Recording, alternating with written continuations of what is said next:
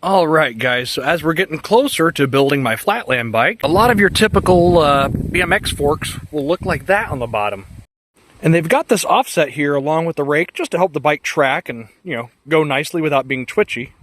For a Flatland bike, zero offset is pretty much the way to go, or a minimal offset, so here's some forks I made. Well, technically I didn't make the whole forks, I just kind of modified an old set. And I know there's going to be a lot of people that are hating the threaded fork style, but I really wanted my Flatland bike to have like an old school vibe to it. And I've got something really unique coming along for the handlebars. But why zero offset forks, you might ask? I always like to run zero offset forks and bars with no back sweep. That way, no matter if the wheel is forward or backward, the axle is always in the center line, going right through the forks and up through the hand grips. This also helps with, like when you rotate over, and now the bike's ahead of you, essentially, you're not moving the center of mass anywhere. It's all kind of staying directly right on top of the scrub axis of the tire here. And with an offset fork, or even a minimal offset, as this rotates, that tire is going to be going around a different arc than just spinning directly on itself. And that's why a lot of the Flatland guys will either run zero offset or like a 10mm offset. A lot of the other bikes, like that one over there, they'll be like an inch offset, which makes for a nice ride when you're, on some terrain or going fast. But zero offset, definitely the way to go for Flatland. Anyways, here's how I did this. So first I'm cutting a few strips out of some 1/8" mild steel.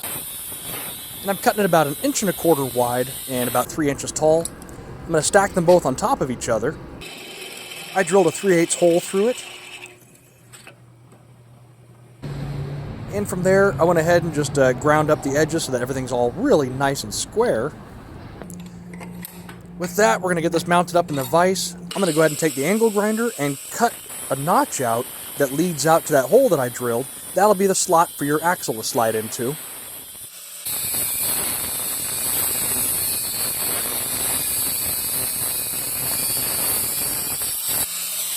Now that we've got a slot, we can go ahead and use a Dremel or a reamer and make sure it's all nice and straight and feeds in an axle real good.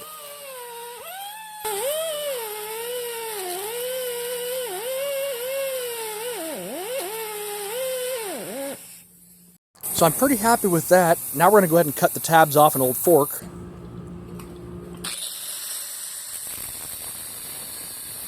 And you'll see here that these are pretty high offset. I mean, like a good 1.25 inches, which is way too much. So we're going to go ahead and just bang these things off.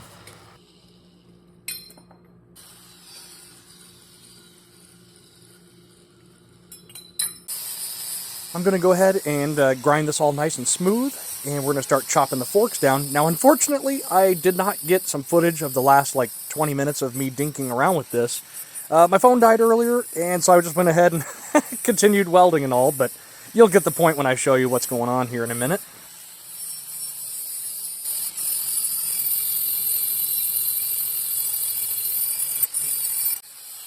Alright, now with the welds ground smooth, I'm going to go ahead and cut big areas out for us to put those tabs in and weld it, just like this.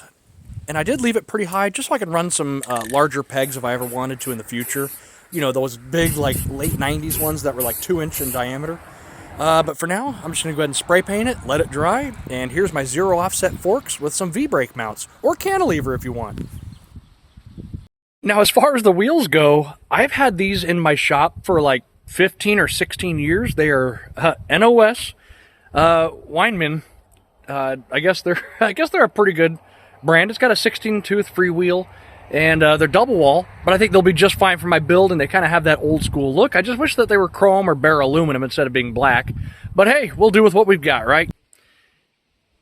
And in the next video, this thing should be just about complete, and I'll be going out for my first ride in a decade and a half. Anyways, guys, thanks for watching, and I'll see you on the next one.